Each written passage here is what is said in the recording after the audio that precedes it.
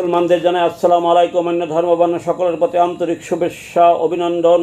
বঙ্গবন্ধুর মৃতদিন ২৮ মার্চ চলে গেছে। আজ শেখ হাসিনার জন্মদিন চলে গেল।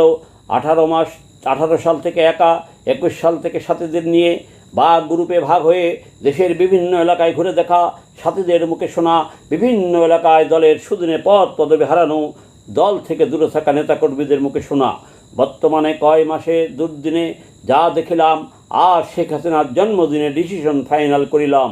পিতা মাতার আদেশ মতে চলিব। বঙ্গবন্ধু সম্বন্ধে বাজে কথা বলা শুনে তার প্রতিবাদ করে সেনাবাহিনীর চাকরি হারিয়ে আসার পরে আমার পিতা বলেছিল, কেহ যদি তোমাকে সম্মান না করে তার থেকে দূরে থাকবে, অন্যায়কারীকে ঘৃণা করবে, ক্ষমতা থাকলে তার প্রতিবাদ করবে।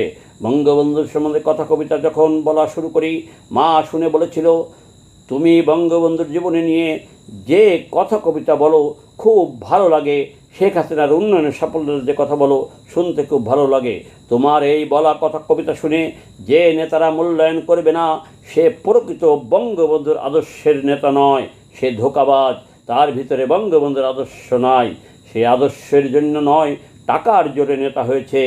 মা বাবা দুইজনাই যত সম্ভব ইসলাম ধর্মের আদর্শ মেনে চলার কথা বলতো।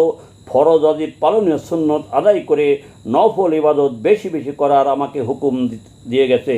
বিপদের সময় যে বন্ধু হয়ে হয় সেই আসল বন্ধু বলিত।